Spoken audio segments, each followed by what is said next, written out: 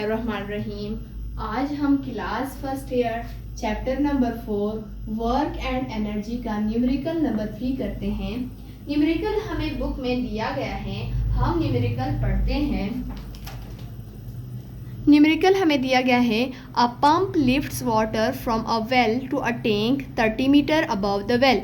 यानी पानी का एक ट्यूबवेल है या टैंक है, उससे जो है ना पंप पानी खींचता है 30 मीटर ऊपर की तरफ।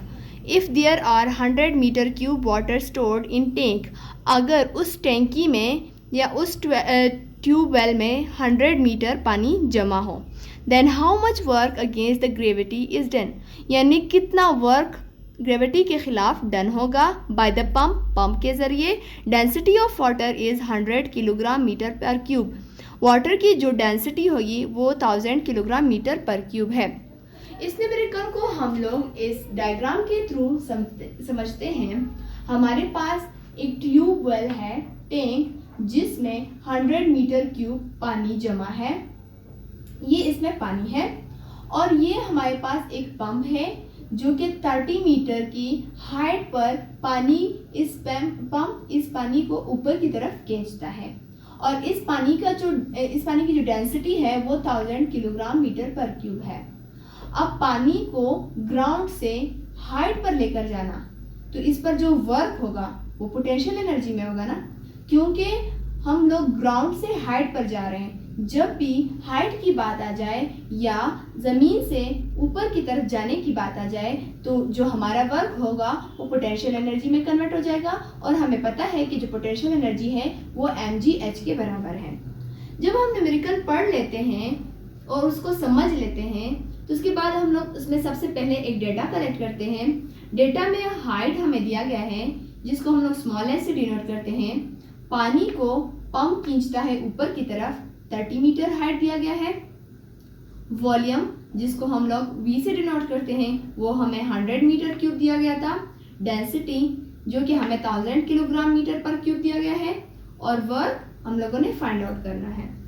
मैंने आप लोगों को बताया कि जब ग्राउंड से ऊपर जाने की बात हो तो वो पोटेंशियल एनर्जी बन जाता है, तो हमारा जो वर्क है वो पोटेंशियल एनर्जी के बराबर आएगा।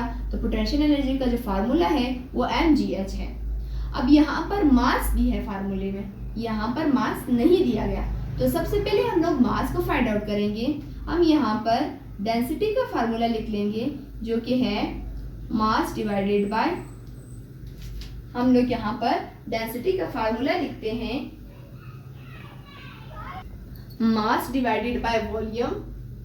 अब इस मास हमें चाहिए, तो हम मास को इस साइड पर लाएंगे और डेंसिटी और वॉल्यूम को आपस में मल्टीप्लाई कर देंगे, तो इस तरह हमारे पास मास आ जाएगा। इसको हम किस तरह लिखेंगे, हम मास को इस साइड पर लेकर आएंगे। Mass is equals to density multiply by volume. Mass is equals to density हमें 1000 किलोग्राम दिया गया था, kilogram metre per cube. Volume हमें 100 ग्राम दिया गया था। जब इसको हम लोग आपस में मल्टीप्लाई करते हैं तो हमारे पास 1 लेख आ जाता है, 1 लेख किलोग्राम। इसको हम लोग साइंटिफिक नोटेशन में चेंज कर देते हैं। 1 × 10⁻⁴ 1 2 3 4 5 किलोग्राम। यानी हमारे पास जो मास है वो 1 × 10⁻⁵ किलोग्राम आ गया। अब हम लोग ये पोटेंशियल एनर्जी वाला फार्मूला पुट कर देते हैं, जो कि हमारे पास है mgh। m की जगह हम लोग ये वाली वैल्यू पुट कर देते हैं 1 × 10⁵ और g की जगह हम लोग 9.8, जो कि कांस्टेंट वैल्यू है, हर किसी को याद होती है, वो वैल्यू हम लोग यहाँ पे पुट कर देते हैं। और हाइट हमारे पास है 30 मीटर। अब इनको हम लोग आपस में मल्टीप्लाई कर देते हैं, हमारे पास क्या आंसर आता है।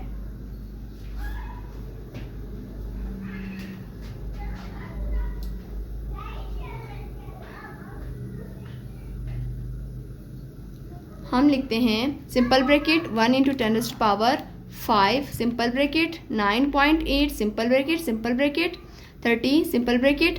हमारे पास आ जाता है 294 और इसके बाद 5 zeros। इसको हम लोग लिखते हैं इस तरह 294 5 zeros।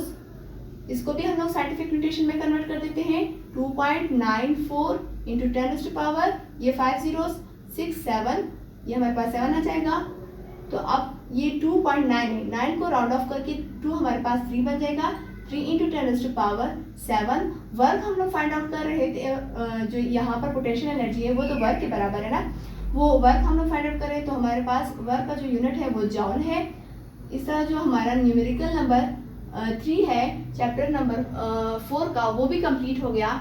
यानी जब वो पंप ज़मीन से उस टैंकी से पानी ऊपर की तरफ खींचता है तो उस पर 3 × 10⁻⁷ जॉल का वर्क होता है।